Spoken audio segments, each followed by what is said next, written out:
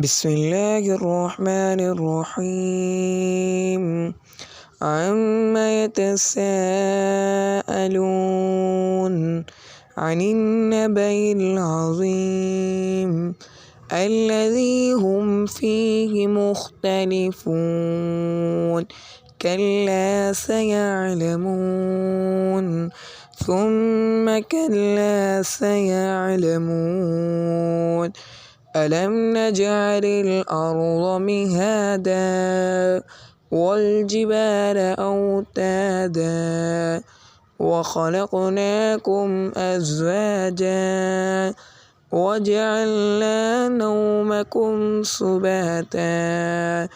وجعلنا الليل لباسا وجعلنا النهار معاشا وبنينا نومكم سبعا شدادا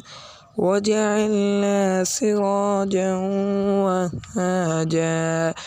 وأنزلنا من المعصرات ماء ثجاجا لنخرج به حبا ونباتا وجنات ألفافا إن يوم الفصل كان ميقاتا يوم ينفخ في الصور فتأتون أفواجا وفتحت السماء فكانت أبوابا وسيرت الجبال فكانت سرابا إن جهنم كانت مرصادا للطاغين مآبا لابسين فيها أحقابا لا يذوقون فيها بردا ولا شرابا إلا حميما وغساقا جزاء وفاقا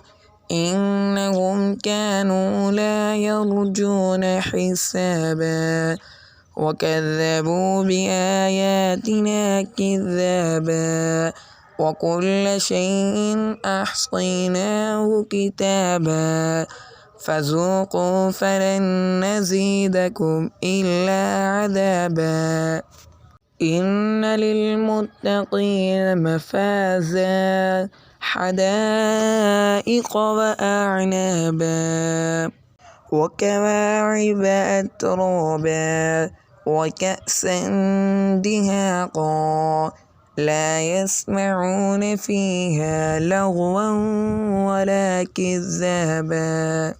جزاء من ربك عطاء حسابا رب السماوات والأرض وما بينهما الرحمن لا يملكون منه خطابا يوم يقوم الروح والملائكة صفا لا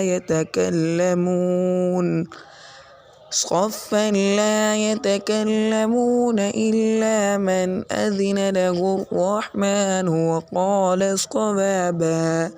ذلك اليوم الحق فمن شاء اتخذ إلى ربه مآبا إنا أنذرناكم عذابا قريبا يوم ينظر المرء ما قدمت يداه ويقول الكافر يا ليتني كنت ترابا.